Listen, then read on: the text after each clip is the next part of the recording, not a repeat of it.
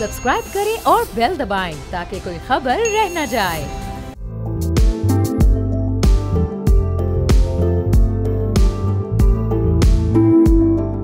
अस्सलाम वालेकुम, मैं हूं बाब जहांगीर। आप देख रहे हैं प्रोग्राम व्यापार। पाकिस्तान में सरमायाकारी के लिहाज से 2025 एक गैर मामूली साल साबित हुआ है। इस साल सबसे ज़्यादा मुनाफा सोने ने दिया, जिसकी कीमत में 73% इजाफा रिकॉर्ड किया गया है। जनवरी 2025 में 10 ग्राम सोना 2,33,000 रुपए का था, जो दिसंबर के आगाज़ तक और इसके अख्तिताम तक अब तकरीबन 4.5 लाख से भी ऊपर जा चुका है। आलमी सतह पर भी सोने की कीमत $2,612 फी ऑन से बढ़कर इस वक्त $4,500 से भी ज़ायद पर पहुंच चुकी है। सोने में इस तेज़ इजाफे की बड़ी वजूहात आलमी गैर यकीनी सूरत हाल के अलावा जियो पॉलिटिकल मसाइल और दुनिया भर में मरकजी बैंक्स की तरफ से बड़े पैमाने पर ख़रीदारी के साथ अमेरिका में इंटरेस्ट रेट में मुमकिना कमी की तवक्कुआत थी।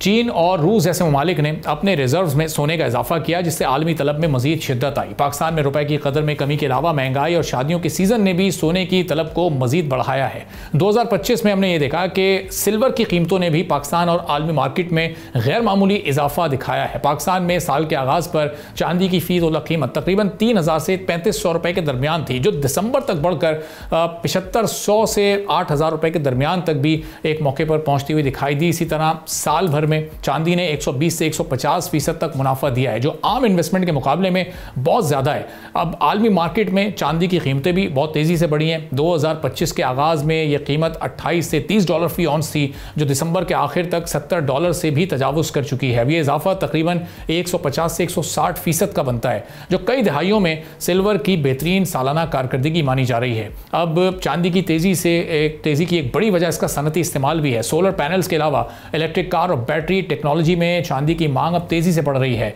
साथ ही आलमी गैर यकीनी सूरत हाल में इन्वेस्टर्स ने सोने के साथ चांदी को भी महफूज इन्वेस्टमेंट समझा। पाकिस्तान में रुपए की कम कदर ने मकामी कीमतों को मजीद ऊपर की जानिब धकेला है और इसीलिए यहाँ मुनाफा आलमी मार्केट में इस वक्त ज़्यादा महसूस हो रहा है। लेकिन चांदी और सोने के मुकाबले में जो ज़्यादा उतार चढ़ाव का इस वक्त ये मार्केट शिकार रही है, क्योंकि इसकी कीमत इंडस्ट्रीज से जुड़ी होती हैं। माहिरीन के मुताबिक अगर आलमी हालात ऐसे ही रहे तो 2026 में भी सोने की कीमतें बुलंद रह सकती हैं। अब क्या इसमें वक्ती तौर पर कोई कमी मुमकिन है? आने वाले साल में कीमत कहां तक जा सकती है? जो प्रेडिक्शंस 2025 में की गई थी वो किस हद तक दुरुस्त साबित हुई हैं? इमरान खान टिसोरी साहब हमारे साथ मौजूद हैं, चेयरमैन है Pakistan James jewellery traders and exporter association के। बहुत शुक्रिया इमरान साहब, प्रोग्राम के लिए आपने वक्त निकाला। अब ये जो 2025 में हमने इजाफा होते देखा और आपने भी प्रेडिक्शंस की थी और बड़ी हद तक दुरुस्त भी साबित हुई हैं, तो ये इतना इजाफा, इसकी जो वजूहात हैं आपकी नज़र में क्या है? और फिर हम ज़रा अगले साल की तरफ भी आते हैं। ये अनएक्सपेक्टेड था या ये एक्सपेक्टेड था 2025 में जो कुछ हुआ है? जी, बिस्मिल्लाहिर्रहमानिर्रहीम, थैंक यू। देखिए 2025 जो है, मैं समझता हूँ सिर्फ गोल्ड के अलावा मेटल्स के लिए एक्स्ट्रा ऑर्डिनरी रहा है। आप किसी भी मेटल को उठा के देख लें 2025 में, गोल्ड हो गया, सिल्वर हो गया, कॉपर हो गया, प्लैटिनम हो गया, सारे मेटल की एक्स्ट्रा ऑर्डिनरी जो है वो प्राइसेस इनकी जो है काफ़ी ऊपर गई हैं। अभी आप पूरी डिटेल्स बता रहे थे यहाँ पे। गोल्ड ने देखे पूरे 2025 में, जब हम पहले भी आपके प्रोग्राम में बैठे हुए थे, जब 2.5 लाख रुपए, 3 लाख रुपए, हमने काफ़ी प्रोग्राम आपके साथ किए। मैंने अपने पर्सनल ओपिनियन में आपसे यही हमारी डिस्कशन में रहा था। उस वक्त हम जो हालात देख रहे थे, जो सिचुएशन देख रहे थे, तो हमारी यही प्रेडिक्शन थी कि साल की एंड तक गोल्ड जो है वो 4, 4.5, पौने 5 लाख रुपए तोला जो है वो गोल्ड पहुंच जाएगा। तो किसी हद तक जो है हमारी प्रेडिक्शन जो है वो उसी टारगेट को जो हम देख रहे थे वहां तक जो है वो बिल्कुल पहुंची है। मैं समझता हूँ 2025 में गोल्ड ने जो है कोई अराउंड 70 से 75% जो है वो गोल्ड जो है वो प्राइस जो है वो इंक्रीज की है, जिसने जो है दुनिया से जो इन्वेस्टर्स हैं उनको अपनी तरफ खींचा। और जिस तरीके से जो रीजंस पिछले दिनों में बनते रहे, जैसा कि आपने भी कहा कि जी सेंट्रल बैंक्स जो दुनिया के हैं उनकी 2025 में जो है गोल्ड के अंदर हैवी इन्वेस्टमेंट रही, हैवी परचेजिंग उनकी रही, जिसमें सर फहरिस्त जो है चाइना जो है उन्होंने जो है काफ़ी हैवी परचेजिंग 2025 में जो है वो गोल्ड में की। इसके अलावा जो है इंडिया हो गया, इसके अलावा यूएसए हो गया, यूके हो गया, जितने बड़े ममालिक हैं उनके सेंट्रल बैंकों ने जो है वो गोल्ड के अंदर बड़ी हैवी जो है वो इन्वेस्टमेंट करी।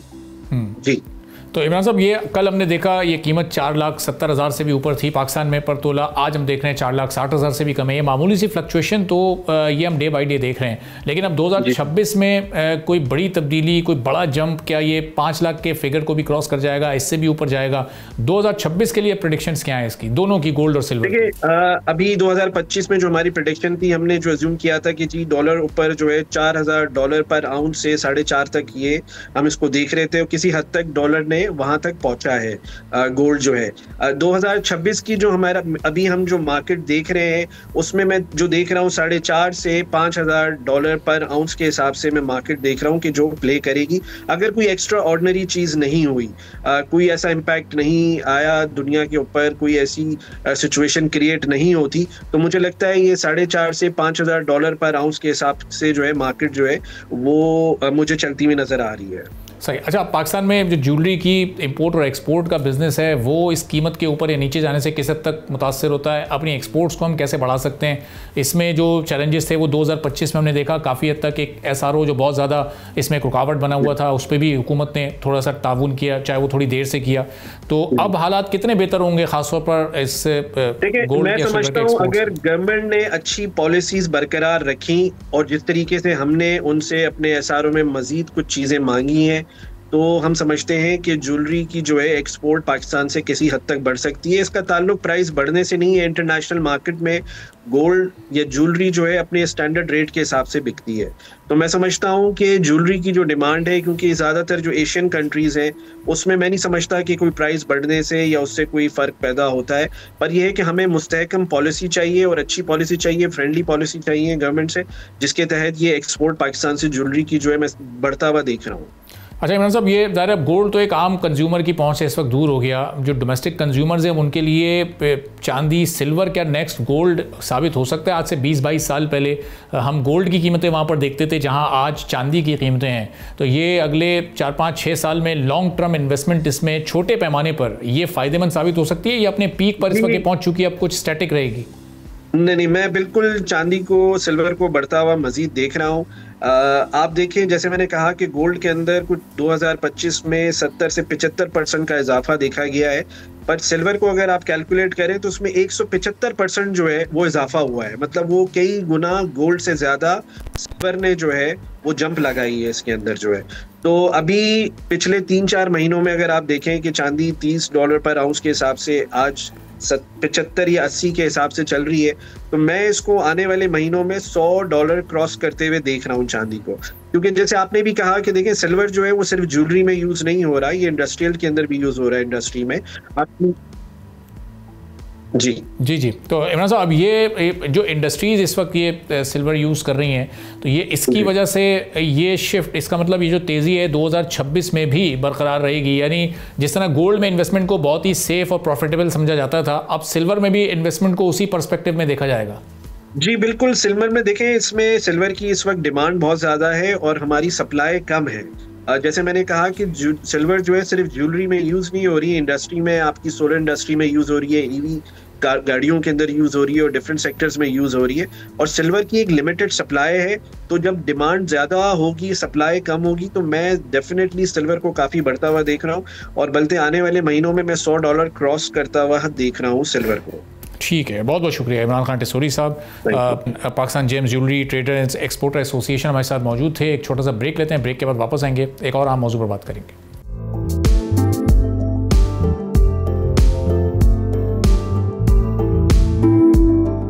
एक बार फिर आपको प्रोग्राम में खुश आमदीद कहेंगे। एडवांस टू डिपॉजिट रेशो इस रेशो को जाहिर करती है कि बैंक अपने मजमूई डिपॉजिट्स में से कितना फीसद हिस्सा कर्ज की सूरत में देते हैं। एक सेहतमंद इकॉनमी के लिए आमतौर पर यह रेशो 80 से 90% समझा जाता है, क्योंकि यही वो सतह है जहां बैंक में मौजूद डिपॉजिट के जरिए कारोबार या सनतों और रोजगार पैदा करने वाले इदारों को सहारे के तौर पर कर्ज देते हैं। इसके बरक्स इन्वेस्टमेंट टू डिपॉजिट रेशो ये बताता है कि बैंक अपने डिपॉजिट्स का कितने फीसद हिस्सा हुकूमती सिक्योरिटीज, जिसमें खासतौर पर ट्रेजरी बिल्स और पाकिस्तान इन्वेस्टमेंट बॉन्ड्स में लगाते हैं। पाकिस्तान में इस वक्त सूरत हाल इस हवाले से तशवीशनाक है। जून 2025 तक ADR मजीद गिरकर सिर्फ 35% तक रह गया है, जो दिसंबर 2024 में 50% था। इसका मतलब है कि बैंक्स के पास मौजूद रकम का बड़ा हिस्सा प्राइवेट सेक्टर तक पहुंच ही नहीं पा रहा है, जिससे प्राइवेट इन्वेस्टर्स कारोबार कर सकें।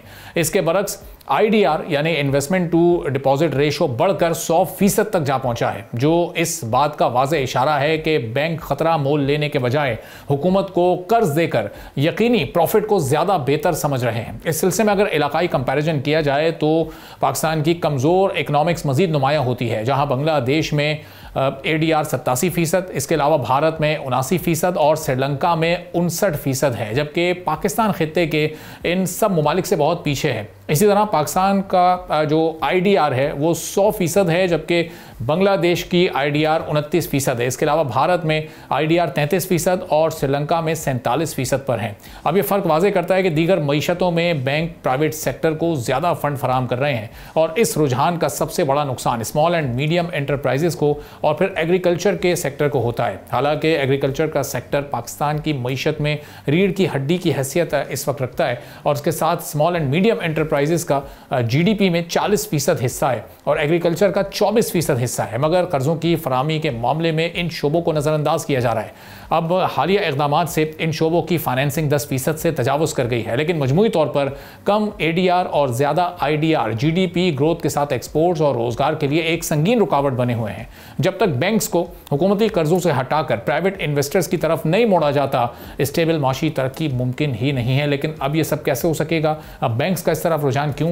लास्ट ईयर भी हमने देखा इस पर कुछ ड्यूटीज़ और टैक्सेस लगा दिए गए थे, और उसके बाद फिर सूरत हाल बिल्कुल लास्ट मोमेंट पे बेहतर हुई थी। इस बारे में हम बात करेंगे। नजीब रहमान साहब सेक्रेटरी हैं पाकिस्तान बैंक्स एसोसिएशन के, हमारे साथ मौजूद हैं। बहुत शुक्रिया नजीब साहब, प्रोग्राम के लिए आपने वक्त निकाला। अभी एडवांस टू डिपॉजिट रेशो इतना कम हमारे मुल्क में क्यों है, और इन्वेस्टमेंट टू डिपॉजिट रेशो इतना ज़्यादा क्यों है? इसकी क्या बुनियादी वजूहात हैं सर? जी अस्सलाम वालेकुम, बहुत शुक्रिया आपने प्रोग्राम पे इनवाइट किया। देखें, इस वक्त जो 35% ADR है, ये जून के number, it has month on month improved. It is now close to 38-39% as of November. Fiscal year है, उसमें कोई 1.5 ट्रिलियन की प्राइवेट सेक्टर में इंजेक्शन हुई है बैंक्स की तरफ से, इन टर्म्स ऑफ जो उनकी लिक्विडिटी थी उसको उधर डिप्लॉय किया। The other thing is कि हमारी जो आप ये कंपैरिजन कर रहे हैं विद अदर रीजनल कंट्रीज, उसमें एक बहुत बड़ा फर्क है। एक तो of course they all have very low policy rates, जो उनका जो इंटरेस्ट रेट्स हैं वो पाकिस्तान से कम है। दूसरा ये है कि they do not have the same fiscal deficit issues that Pakistan has. Right now हम तकरीबन 98% ऑफ गवर्नमेंट की जो बोरिंग है वो बैंक्स पूरी कर रहे हैं इस वक्त, और बाकी जो सिमिलर मार्केट्स हैं हमारी इंडिया, बांग्लादेश, श्रीलंका, वहां पे ये फिगर बिल्कुल बहुत छोटा है।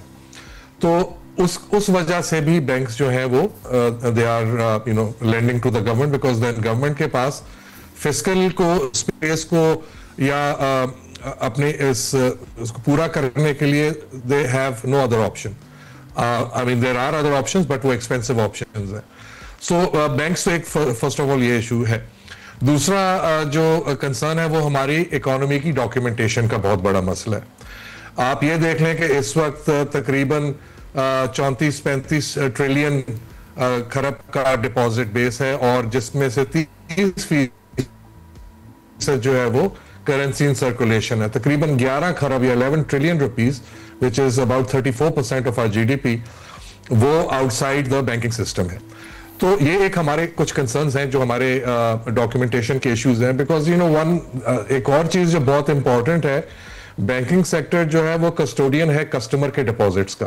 सो they have to be extremely vigilant कि जब वो आगे लोन्स देते हैं, क्योंकि हमारे यहाँ डॉक्यूमेंटेशन का इश्यू है, तो बहुत सारे जो सार्फिन है वो अपनी लैक ऑफ डॉक्यूमेंटेशन की वजह से स्पेशली SME या एग्री के सेक्टर में वो लोन नहीं ले पाते। लेकिन अब उसमें भी काफ़ी अब चेंज आ चुका है। हमारे SME बोरोर बेस में तकरीबन close to 60% year on year add हुए हैं, तकरीबन 1 लाख न्यू बोरोवर्स ऐड हुए हैं बैंकिंग सेक्टर ने किए हैं। और उसके अलावा हमारी जो एग्रीकल्चर साइड है, we had close to 3.9 million borrowers, जो 5 ईयर हिस्टोरिक डिक्लाइन हो रहा था बेसिकली, और अभी पिछले साल के अंदर ये वापस कोई 3 मिलियन फार्मर्स की तरफ हम लेके गए, और डिसबर्समेंट जो है ओवर तकरीबन 2.6 खरब या 2.6 ट्रिलियन की हुई है। और तो थिंग्स आर इम्प्रूविंग, उसमें कोई शक नहीं है। नए प्रोग्राम्स भी अभी लॉन्च हुए हैं। आजकल जरखेजी एक लॉन्च हुआ है प्रोग्राम एग्रीकल्चर सेक्टर के ऊपर, जहां जो छोटा फार्मर है मोबाइल ऐप के थ्रू वो किसी भी बैंक से जाके लोन ले सकता है अपनी एग्रीकल्चर। 2 बिलियन रुपीस की ऑलरेडी ये अभी स्टार्ट हुआ है कोई चंद हफ्ते पहले। तो this is something again a big initiative जो state bank, ministry of finance और जो बैंकिंग सेक्टर है वो ले रहा है basically. So I think things are improving, उसमें कोई शक नहीं है, लेकिन ये उसकी वजूहात है मेन जिसकी वजह से ये नजीब साहब ये दो चीजें आप और जरा क्लियर कीजिएगा कि जो बैंकिंग सेक्टर की अपनी प्रायोरिटी क्या है, एडीआर में उसका इंटरेस्ट ज्यादा है या फिर वो आईडीआर को एक सेफ इन्वेस्टमेंट समझते हुए उस तरफ रुझान ज्यादा है, और फिर जो प्राइवेट सेक्टर की एपेटाइट है या उनकी डिमांड है वो इस वक्त कितनी है, वो माजी के मुकाबले में कम हुई है या वो बढ़ रही है ग्रेजुअली, और उसके बावजूद हम देख रहे हैं कि एडीआर अपनी जगह स्टक है या बहुत स्लोली इस वक्त ऊपर की तरफ जा रहे हैं? मार्केट में डेफिनेटली डिमांड है, एंड बैंक्स का मेरी रेवेन्यू जनरेशन ही लोन्स देने से होती है। उसमें कोई शक नहीं है कि हुकूमत को तो एक लार्ज चंक जा लोन्स का, बट वो अब अगर हम नहीं देंगे तो और कौन देगा, नंबर 1। तो वो तो एक सेपरेट मसला है। जहां तक पब्लिक का ताल्लुक है, जिसमें कॉर्पोरेट है, कंज्यूमर है, एसएमई है, एग्री है, ऑलरेडी कोई तकरीबन 14.5 ट्रिलियन की आउटस्टैंडिंग खड़ी है लोन बुक की, जिसमें से ऑफ कोर्स जो अभी मैंने एग्री के और आपको एसएमई के कुछ नंबर्स अभी बताए थे। तो एपेटाइट तो है, बात घूम के आ जाती है देखें डॉक्यूमेंटेशन के ऊपर। अब जिस तरह एसएमई सेक्टर है, इवन दो अभी जो नए प्रूडेंशियल रेगुलेशन स्टेट बैंक ने इशू किए हैं, उसमें से banks can now give up to 50 million rupees in clean lending. तो रेगुलेटरी पर्सपेक्टिव से जो पॉलिसी साइड है वो तो बहुत ओपन है। प्रॉब्लम आ जाता है रिस्क रिव्यू के ऊपर, रिस्क असेसमेंट के ऊपर। तो उसके ऊपर बैंक्स बहुत कॉशियस होते हैं, because obviously one has to make sure कि जिसको लोन दिया जा रहा है क्या कुछ डॉक्यूमेंटेड चीज नहीं दे पाते हैं। That is the private. तो कस्टमर्स को भी चाहिए कि वो अपने अकाउंट्स को, अपनी कैश फ्लोज को, अपनी ट्रेड को डॉक्यूमेंट करें, और जितना डिजिटल की तरफ आएंगे उतना बेहतरी की तरफ आई थिंक हमारा बैंकिंग सेक्टर भी जाए। और नजीब साहब, जिस तरह ये ग्रेजुअली अभी एक चेंज आ रहा है, ये बेहतरी आ रही है, इंप्रूवमेंट है, लेकिन ज़ाहिर है उसका जो पेस है वो काफ़ी स्लो है। तो ये अगले 6 महीने साल में ये परसेंटेज 50% प्लस में जा सकती है, चूँकि हम देखते हैं कि दिसंबर में किसी साल ये 50% को टच करती है और फिर वापस इसका एक डिक्लाइन शुरू हो जाता है। तो ये पाकिस्तान में 50% पर रहना और इससे ऊपर जाना पॉसिबल आपको आने वाले टाइम में नज़र आ रहा है? इंफ्रास्ट्रक्चर से रिलेटेड है या जो उसके इकोसिस्टम से रिलेटेड है, एग्रीकल्चर का तो मैंने भी आपसे जिक्र किया। अभी एक इलेक्ट्रिक व्हीकल फाइनेंसिंग की अभी एक स्कीम तकरीबन लॉन्च हो चुकी है। उसके साथ साथ हम जो एसएमई साइड है उसके ऊपर एक एसएमई इंडेक्स बना रहे हैं, जहां से हमें प्रॉक्सी इंफॉर्मेशन मिलेगी कस्टमर्स के लिए, जो वो खुद नहीं दे पाएंगे, लेकिन हम उनके यूटिलिटी बिल्स, मोबाइल यूजेज और डिफरेंट और जहां जहां उनका डेटा रिजाइड करता है वहां से हम उनकी कंसेंट से वो डेटा असेस करके तो उनको हम असेस कर सकते हैं फॉर देयर क्रेडिट। तो ये सारी चीजें इसीलिए हो रही हैं ताकि कस्टमर्स के लिए हम जितनी इंफॉर्मेशन हम ले सकें तो उसकी बेस पे हम क्रेडिट असेसमेंट कर सकें। अब रेट भी क्योंकि और जरा अब 10.5% पे है, तो उम्मीद बिल्कुल यही है कि ये बढ़ेगा आगे मामला, और इंशाल्लाह बैंक्स यू विल सी के इसको लेंडिंग आपकी डेफिनेटली बढ़ेगी आगे, जब ये इकोसिस्टम भी और फर्दर डेवलप होता जाएगा। और जो हमारी रेट ऑफ डिजिटाइजेशन है अगर आप देखें, विच इज वेरी वेरी बहुत तेज हो रही है। अगर आप ये भी देख लें कि नंबर ऑफ बैंक अकाउंट्स देख लें, यूनिक जो कस्टमर्स हैं हमारे बैंकिंग सिस्टम में तकरीबन इस वक्त 100 मिलियन के करीब है, यानी कि one customer even having multiple accounts, उसको अगर एक दफा गिना जाए तो वो 100 मिलियन कस्टमर्स यूनिक है हमारे बैंकिंग सिस्टम में, विच इज ये आज तक हिस्ट्री में नहीं हुआ। मोर देन 244 मिलियन अकाउंट्स हैं, ये भी आज तक हिस्ट्री में हम इतने नंबर ऑफ अकाउंट्स भी नहीं गए। सो और 37% जो है वो खवातीन के अकाउंट्स हैं, ये भी आज तक हिस्ट्री में नहीं हुआ। So there are lot of positive changes which have come over the last fiscal year and going forward आप देखेंगे कि ये बढ़ता जाएगा मामला। ठीक है, बहुत बहुत शुक्रिया नजीब रहमान साहब, सेक्रेटरी एसोसिएशन हमारे साथ मौजूद थे, गुफ्तगू आपने सुनी। एक ब्रेक लेते हैं, ब्रेक के बाद वापस आएंगे, एक और अहम मामले पर बात करेंगे।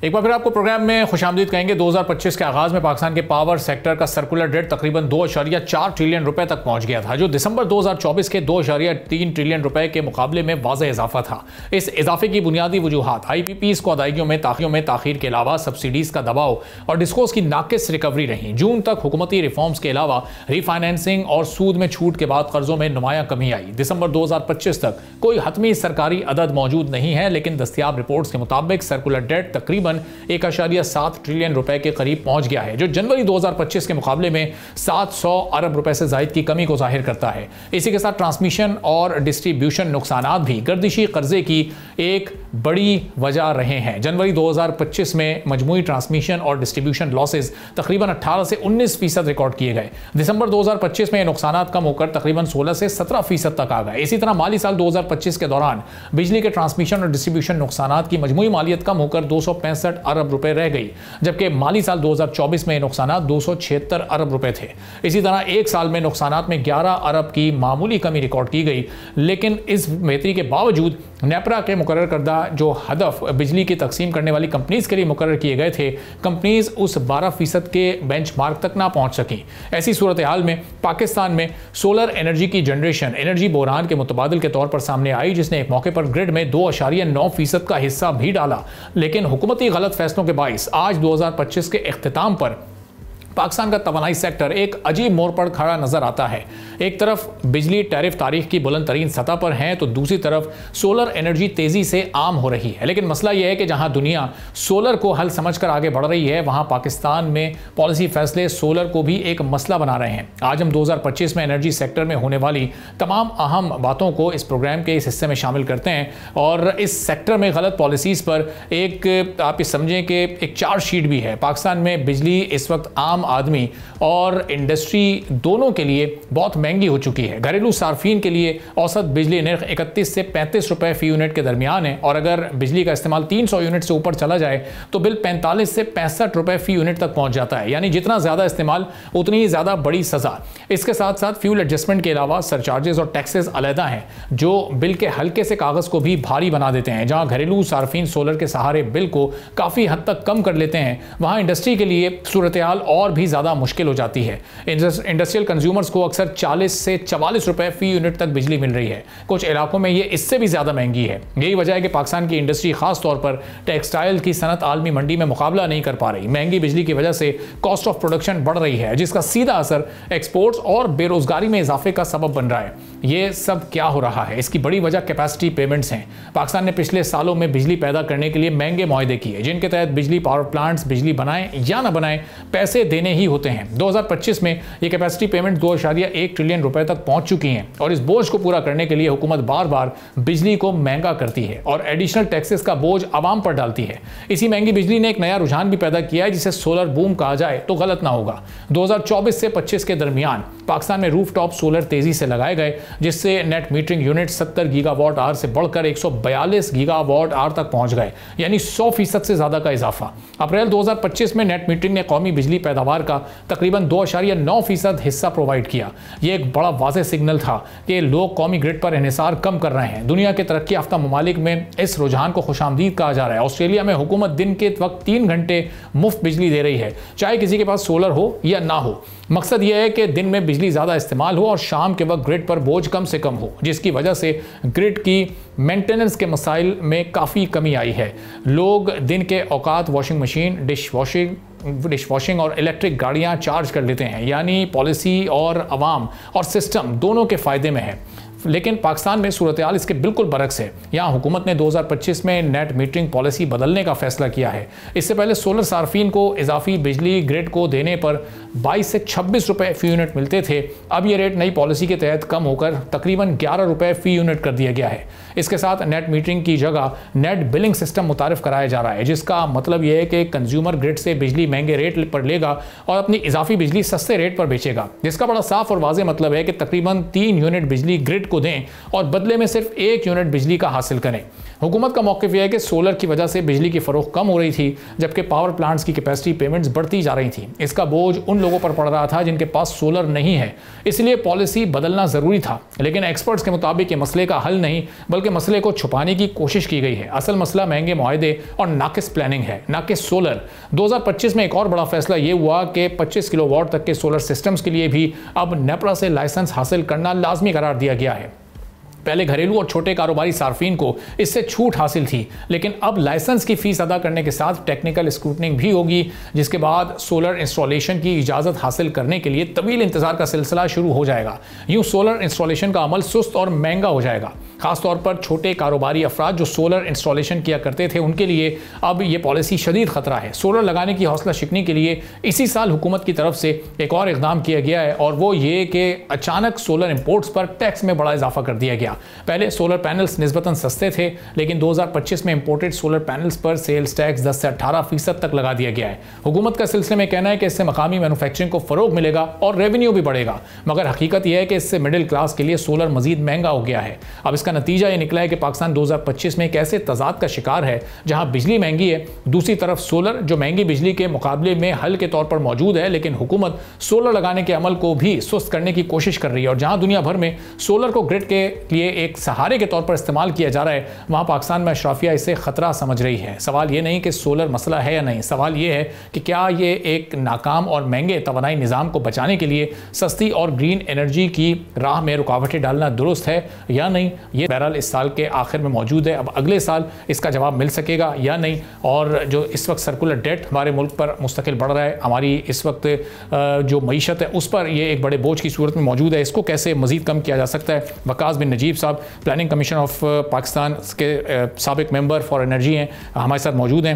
वकास साहब बहुत शुक्रिया प्रोग्राम के लिए वक्त निकाला। वकास साहब, ये जो 2025 की सूरत हाल रही है, हमने इसमें सर्कुलर डेट कम होते देखा, हमने जो लाइन लॉसेस थे उसमें भी कोई माइनर सी उसमें एक बेहतरी देखी है, तो ये हुकूमती पॉलिसीज़ का नतीजा है? समझ आ गया है कि अब इस चैलेंज से कैसे निपटना है, या अभी भी इसमें बेहतरी की गुंजाइश मौजूद है?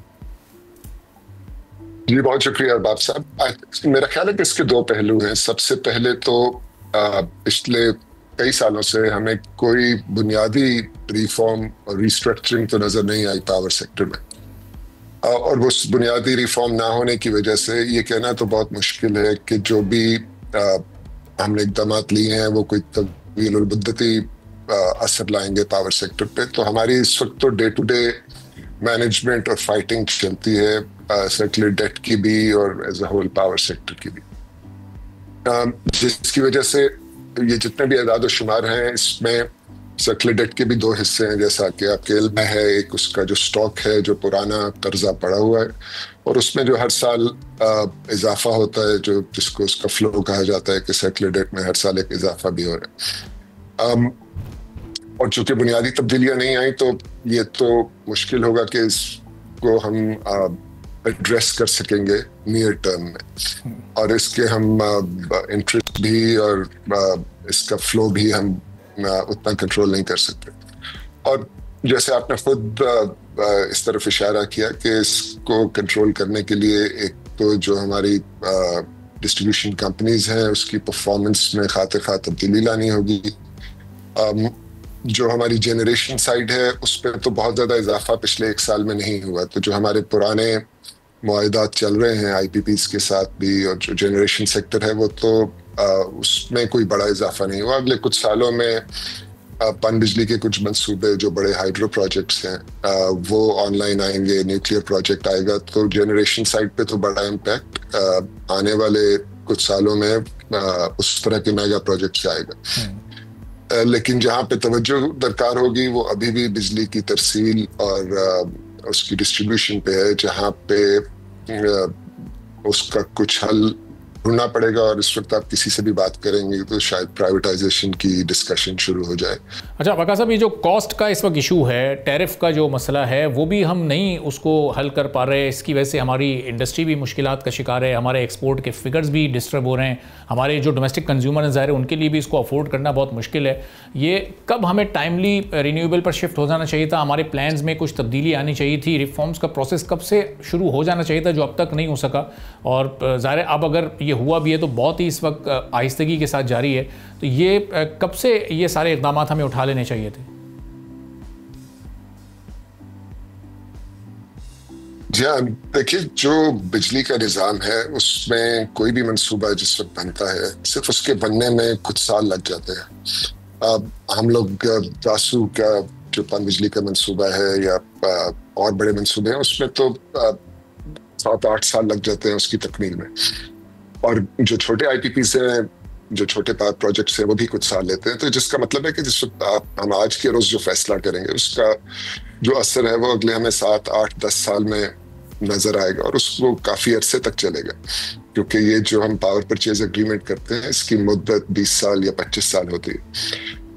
तो जो हमने माजी में फैसले किए हैं पिछले 20 सालों में, वो उनका असर जायल होते होते भी वक्त लगेगा। तो हमें किसी तवील मुद्दत में तो बहुत ज्यादा तब्दीली एक्सपेक्ट नहीं करनी चाहिए। तो वो तो हुकूमत कुछ भी ऐसा नहीं कर सकती कि बहुत जल्दी कॉस्ट का मसला हो जाए, क्योंकि जो कीमतें तय हो चुकी हैं वो कीमतें तो अगले कुछ साल चलेंगी। तो इसलिए वो वाला तो एक आप समझिए कि एक हमारे पास फिक्स चीज है, वो वेरिएबल नहीं है जिसमें जल्दी तब्दीली लाई जा सकती। और जिस चीज में जल्दी तब्दीली लाई जी कंटिन्यू कीजिए। जी हाँ, मैं ये कह रहा था जिसमें जल्दी तब्दीली लाई जा सकती है वो बीच के लॉसेस हैं, क्योंकि अगर जनरेशन साइड फिक्स्ड है तो बीच के लॉसेस को ही कम किया जाएगा, और जो सार्फिन हैं उनको भी अपनी ज़ाहिर बिजली की जिस तरह हम उसका यूज करते हैं उसमें एनर्जी एफिशिएंसी लाना और उसमें अपनी कंजम्पशन को इम्प्रूव करना, वो भी एक बहुत बड़ा हिस्सा है, क्योंकि हमारी इंडस्ट्री भी और घर भी और जिस तरह की हम अप्लायंसेस यूज करते हैं वो सब उसमें एनर्जी एफिशिएंसी का भी बहुत बड़ा दखल है। तो मेरी नज़र में तवानाई के और बिजली के शोबे में खास तौर पे अगली पूरी दिहाई जो है वो एक तो रिन्यूएबल एनर्जी की है, उसमें हम बात कर सकते हैं, लेकिन वो एनर्जी एफिशिएंसी की भी है, और हमें बड़े पैमाने पर अपनी कंजम्पशन हैबिट्स और जिस तरीके से बिजली का इस्तेमाल है उसको बेहतर बनाने की जरूरत है। होगा साहब, ये चूंकि 2026 में 2-3 डिस्कोस की प्राइवेटाइजेशन का गवर्नमेंट का प्लान है, अगर ये कामयाबी के साथ ये प्लान पूरा होता है तो इससे ये इन 3 ही डिस्कोस की हद तक एफिशिएंसी कितनी बेहतर हो सकती है? इससे टैरिफ थोड़ा सा कंट्रोल में आ सकता है? ओवरऑल जो एनर्जी सेक्टर पर इस वक्त बोझ है उसमें कोई 10 से 15% या थोड़ी बहुत इसमें बेहतरी हो सकती है? जी, इस पे भी हमें अपनी थोड़ी सी जो तवक्कुआत हैं उनको मैनेज करने की जरूरत है। देखिए, जिस वक्त हम जब भी प्राइवेटाइज करेंगे जो डिस्को, कुछ अरसे के लिए तो उसकी कीमत में इजाफा हो जाएगा, क्योंकि उसमें उसके पास पुराने मुलाजमीन होंगे, फिर उनको नई टेक्नोलॉजी लानी पड़ेगी, नए लोग आएंगे, और शुरू में पहले कुछ साल तो जब भी डिस्को प्राइवेटाइज होगी उसको इससे बेहतर टैरिफ चाहिए होगा जो उसे आज मिल रहा है, जिसका मतलब है बिजली की कीमत में छोटी मुद्दत एक मुख्तसर वक्त के लिए तो बिजली की कीमत में इजाफा होगा, लेकिन फिर उसका असर हमें अगले कई दहाइयों में नजर आएगा कि उस चंद साल के इजाफे के बाद उसकी कीमत में बतदरीज कमी होगी, लॉसेस में भी, उसकी परफॉर्मेंस में भी उसकी अपनी कॉस्ट कम हो जाएगी, क्योंकि परफॉर्मेंस मैनेजमेंट आ जाएगी डिस्को के अंदर, उनके एम्प्लॉइज की परफॉर्मेंस इंप्रूव होगी। तो वो भी एक बहुत तेज सफर नहीं है, वो भी एक आहिस्ता सफर है, लेकिन वो शुरू होगा तो वो सफर अपने किसी अंजाम को पहुंचेगा। तो हम तो उसे पिछले कई सालों से जाहिर है प्राइवेटाइजेशन की कोशिश कर रहे हैं, लेकिन वो सफर अभी उसका आगाज भी नहीं हो सकता। ठीक है, बहुत बहुत शुक्रिया। वकास बिन नजीब साहब, planning commission of Pakistan, farmer member for energy, हमारे साथ मौजूद थे। गुफ्तगू आपने सुनी। इसी के साथ नाज़रीन आज के प्रोग्राम से इजाज़त दीजिए। अल्लाह।